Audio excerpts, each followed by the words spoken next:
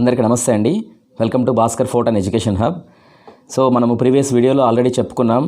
So మనకు ఈ branches సంబంధించి ఇంజనీరింగ్ బ్రాంచెస్ ఏం తీసుకోవాలి, ఎలా తీసుకోవాలి, ఏ బ్రాంచ్ మనకు పర్ఫెక్ట్గా సూటబుల్ అవుతుంది అనేది మనం ఆల్రెడీ ప్రీవియస్ వీడియో అయితే చేశాము. సో ప్రతి బ్రాంచ్ యొక్క ఇంపార్టెన్స్ అయితే లాస్ట్ వీడియోలో మనం డిస్కస్ చేశాము. తర్వాత దానికి కంటిన్యూషన్గా మనము ఏంటంటే ఇప్పుడు ఈ బ్రాంచ్ యొక్క ఇంట్రెస్ట్, మన పర్ఫార్మెన్సు, ఇలా మనం ఎలా సెలెక్ట్ చేసుకోవాలి. సో మనము బ్రాంచ్లో చేరితేనే కదా మనకు ఏ బ్రాంచ్ మనకు బాగుంటుంది అనేది మనకు తెలిసేది.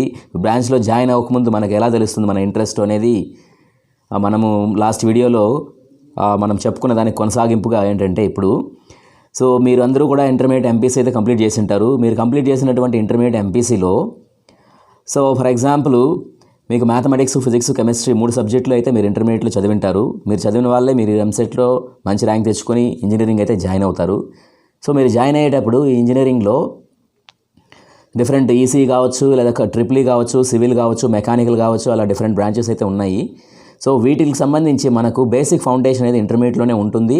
సో మనకున్నటువంటి ఇంటర్మీడియట్లో, మీరు చదువుకున్నటువంటి ఇంటర్మీడియట్లో ఎస్పెషల్లీ ఈ 3 సబ్జెక్టుల్లో ఎక్కడెక్కడ అంటే కొన్ని చాప్టర్స్ కొన్ని బ్రాంచెస్కి సెట్ అయ్యే విధంగా దాని బేసిక్స్ అన్నీ మీరు చదువుకుంటారు. ఫౌండేషన్స్ అన్నీ ఉన్నాయి కాబట్టి సో మీకు ఏ బ్రాంచ్ మీకు సెట్ అవుతుంది లేదా సూటబుల్ అవుతుంది అనేది మనం చూసుకుంటే, ఫర్ ఎగ్జాంపుల్ ఇప్పుడు సివిల్ ఇంజనీరింగో లేదా మెకానికల్ ఇంజనీరింగో జాయిన్ అవ్వాలనుకునే వాళ్ళు మీకు పర్ఫార్మెన్సు, మీ ఇంట్రెస్ట్ అనేది మీరు ఇంటర్మీడియట్లో ఫర్ ఎగ్జాంపుల్ ఫిజిక్స్ సబ్జెక్టు తీసుకుంటే, ఫిజిక్స్ సబ్జెక్ట్లో ఉన్నటువంటి మెకానిక్స్, గ్రావిటేషను, అలాగే fluid dynamics, thermodynamics, temperature, right. So దీనికి సంబంధించినటువంటి టాపిక్స్ చాలా ఉంటాయన్నమాట. సో ఒకవేళ మీరు దీనికి సంబంధించి ఈ మెకానిక్స్ 1 డైమెన్షనల్ మోషను, లేకపోతే మీకు రొటేషను లేదా మొమెంట్ ఆఫ్ ఇనర్షియా, ఇలాంటివి మీకు టాపిక్స్ ఉంటాయన్నమాట. అలాగే టార్క్, రైట్. సో అలాగే న్యూటన్స్ లాస్, అలాగే గ్రావిటేషను, ఇలాంటివన్నీ అయితే టాపిక్స్ అయితే ఉంటాయి. సో ఈ like you can say that Newtonian mechanics అంటారు. తర్వాత ఇంకోటి ఏంటంటే రొటేషనల్ డైనమిక్స్ అని అంటారు, రైట్. ఇలా డిఫరెంట్ డైనమిక్స్, హీట్ ట్రాన్స్ఫర్, ఇలాంటివన్నీ ఉన్నాయనుకోండి. సో ఇవన్నీ యాక్చువల్గా ఏంటంటే మెకానికల్ ఇంజనీరింగ్కి రిలేటెడ్గా ఉన్నటువంటి టాపిక్స్, వాటికి ఉన్నటువంటి ఫౌండేషన్స్ అనమాట. సో కాబట్టి మీరు ఫర్ ఎగ్జాంపుల్ ఆ ఏరియాస్ మీద కైనమాటిక్స్, డైనమిక్స్, ఇలాంటి వాటి మీద మీకు మంచిగా గ్రిప్ ఉండి, మీకు మంచిగా మార్క్స్ వస్తుండి, మీకు మంచిగా పర్ఫార్మెన్స్ ఉందనుకోండి, అలాంటప్పుడు మీకు ఇంట్రెస్ట్ దాని మీద ఉంది, మీకు మార్క్స్ బాగానే ఉన్నాయి, అలాంటప్పుడు మీరు ఏంటంటే మెకానికల్ ఇంజనీరింగ్ తీసుకోవాలి. లేదా ఫ్లూయిడ్ డైనమిక్స్, ఓకే. అలాగే కొన్ని ఈవెన్ కెమిస్ట్రీలో కొన్ని ఎన్విరాన్మెంటల్ రిలేటెడ్ టాపిక్స్ ఉంటాయన్నమాట మీకు ఇంటర్మీడియట్లో. సో దీనికి సంబంధించినటువంటి టాపిక్స్, అలాగే మెకానిక్స్, ఓకే. సో దీనికి సంబంధించినటువంటివి మీకు ఇంట్రెస్ట్గా ఉన్నదనుకోండి, అలాంటప్పుడు మీకు సివిల్ ఇంజనీరింగ్ అనేది మంచిగా ఉంటుంది. అంటే సివిల్ ఇంజనీరింగ్ బాగుంటుంది. అంటే సార్ నాకు సివిల్ అంటే ఇష్టము అని అన్నారనుకోండి, సివిల్ అంటే మీకు ఇష్టం. సో సివిల్లో ఏమి ఉన్నాయి, సివిల్ ఇంజనీరింగ్లో ఏమేమి ఉన్నాయి అనేది మీరు చూసుకోవాలి, రైట్. సో అలాంటప్పుడు దానికి సంబంధించినటువంటి ఫౌండేషన్స్ ఎక్కడెక్కడ ఉన్నాయి, ఇంటర్మీడియట్లో ఫిజిక్స్లో ఏమున్నాయి, మ్యాథమెటిక్స్లో ఏమున్నాయి, అలాగే కెమిస్ట్రీలో ఏమున్నాయని చూసుకోవాలి. బేసిక్గా ఏంటంటే ఇంకొక పాయింట్ ఏంటంటే ఈ మ్యాథమెటిక్స్ అనేది ఉంది. ఈ మ్యాథమెటిక్స్లో చాలా వరకు మనకు లెర్నింగ్ టాపిక్స్ అన్నీ కూడా ఇంటర్మీడియట్లో ఫౌండేషన్ టాపిక్స్ ఉంటాయి. వీటికి కొనసాగింపుగా మళ్ళీ మీరు బీటెక్లో కూడా కొన్ని టాపిక్స్ అయితే మీరు చదువుకుంటారు. సో ఎనీవే, బట్ మ్యాథమెటిక్స్ అలాగే ఫిజిక్స్ దీనికి సంబంధించినటువంటి ఫౌండేషన్స్లో కొన్ని ఇలాంటి మనం చెప్పుకున్నటువంటి టాపిక్స్ మీద ఏరియాస్ బాగున్నాయనుకోండి, అలాంటప్పుడు మీరు సివిల్ ఇంజనీరింగ్ కానీ లేదా మెకానికల్ ఇంజనీరింగ్ కానీ తీసుకోవాలి, ఓకే. అలాగే మీరు ఫర్ ఎగ్జాంపుల్ కంప్యూటర్ సైన్స్ అనుకోండి, కంప్యూటర్ సైన్స్కి మోస్ట్లీ ఏంటంటే ఈ కెమిస్ట్రీ కానీ మ్యాథమెటిక్స్ కానీ కొద్ది తక్కువ పాటే ఉంటుంది.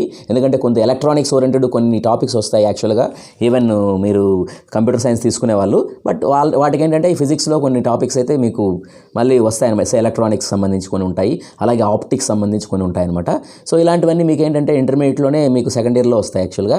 సో వీటి మీద మీకు ఇంట్రెస్ట్ ఉన్నప్పుడు మీరు కంప్యూటర్ సైన్స్ తీసుకోవచ్చు. ఎందుకంటే ఇది కంప్యూటర్ సైన్స్ కొంత ఎలక్ట్రానిక్స్ అంటే అప్లికేషన్స్ వెళ్ళే కొందరికి కంప్యూటర్ సైన్స్ ప్రోగ్రామింగ్ అనేది, మళ్ళీ మీరు డివైస్ అంటే ఏంటి, ఒక ఆప్టికల్ ఫైబర్ అంటే ఏంటి, నెట్వర్క్ అంటే ఏంటి, కమ్యూనికేషన్ అంటే ఏంటి, ఇలాంటివి తెలియాలి. కాబట్టి ఈ ప్రోగ్రామింగ్ ఉన్నవాళ్ళు వాళ్ళ ప్రాజెక్ట్ వర్క్స్లో లేదా ఇంటర్న్షిప్స్లో ఎక్కడైనా కానీ మళ్ళీ అప్లికేషన్ ఓరియంటెడ్ మనము జాబ్స్ అనేవి ఉంటాయి, అలాగే సర్వీస్ ఉంటుంది. కాబట్టి ప్రోగ్రామింగ్ స్కిల్స్తో పాటు వీటి మీద కొంత మీకు అవగాహన అనేది ఉండాలి. బట్ అవి లేకపోయినా మీకు ఒకవేళ ఇంటర్మీడియట్లో ఈవెన్ ఐటీ రిలేటెడ్ సబ్జెక్ట్స్ లేదంటే ప్రోగ్రామింగ్ అండ్ డేటా స్ట్రక్చర్ ఇలాంటి సబ్జెక్ట్స్ మీద మీకు ఇంట్రెస్ట్ ఉందనుకోండి, అలాంటప్పుడు మీకు కంప్యూటర్ సైన్స్ అనేది బాగుంటుంది. But at the same time మ్యాథమెటిక్స్కి వచ్చేందరికి ఈ మ్యాథమెటిక్స్లో ఉన్నటువంటి స్టాటిస్టిక్స్, ప్రాబబిలిటీ, రైట్, అలాగే మ్యాట్రిసెస్, ఇలాంటి టాపిక్స్ మీద మీకు మంచిగా ఇంట్రెస్ట్ ఉందనుకోండి, అలాంటప్పుడు మీ కంప్యూటర్ సైన్స్ అనేది బాగుంటుంది అనమాట. Then coming to the electronics and communication అంటే ఈసీ. సో ఈసీలో ఏంటంటే సో ఈసీలో మీరు ఫర్ ఎగ్జాంపుల్ ఈసీ చూస్తే ఎలక్ట్రానిక్స్ ఉంది, అలాగే కమ్యూనికేషన్ ఉంది. సో ఇవన్నీ బేసిక్గా ఎక్కడ వస్తాయంటే మోస్ట్లీ 80% ఇదంతా ఫిజిక్స్లోనే ఉంటుంది అనమాట. అంటే మీకున్నటువంటి ఎలక్ట్రిసిటీ మ్యాగ్నెటిజము, అలాగే ఎలక్ట్రోమాగ్నెటిక్ ఇండక్షను, సెమీ కండక్టర్సు, అలాగే కమ్యూనికేషన్ అనమాట, అలాగే లాజిక్ గేట్స్.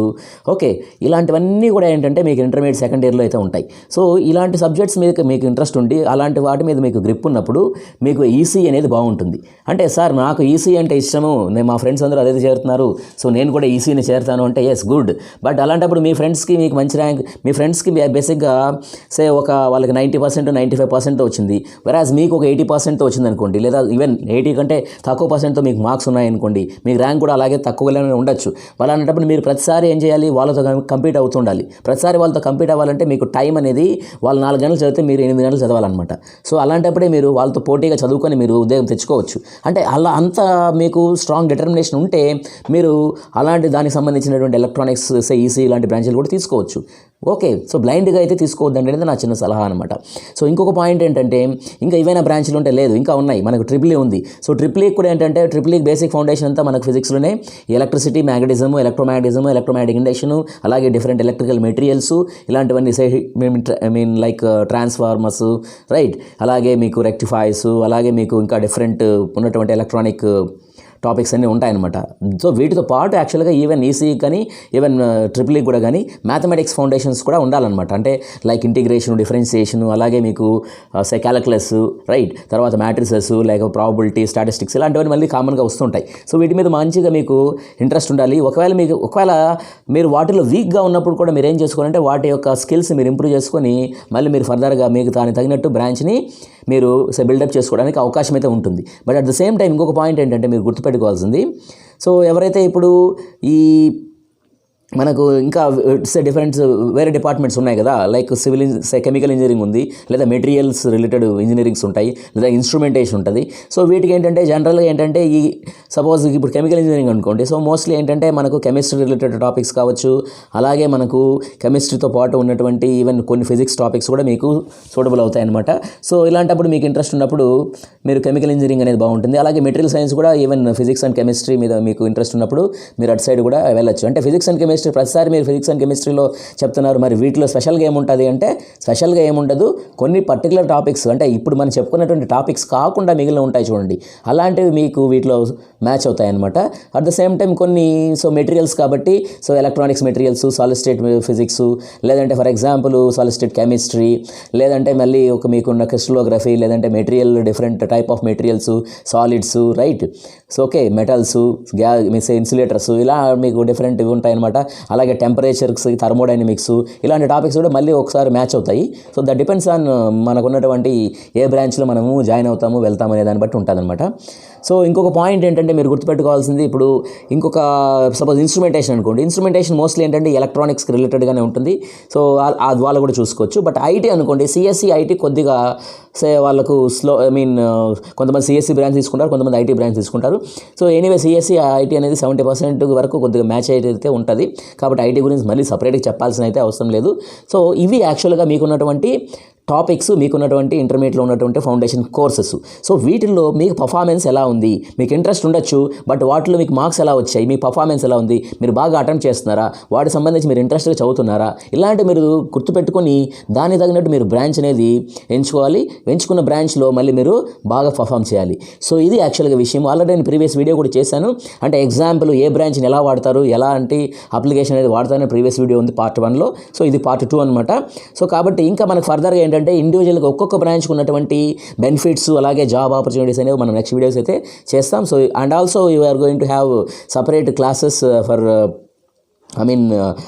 బీటెక్ లెవెల్లో ఉన్నటువంటి ఎలక్ట్రానిక్స్లో కావచ్చు, లేదంటే ఫిజిక్స్లో కావచ్చు, కొన్ని సపరేట్ క్లాసెస్ అయితే వస్తాయి. So you can follow me for further updates. Thank you అండి.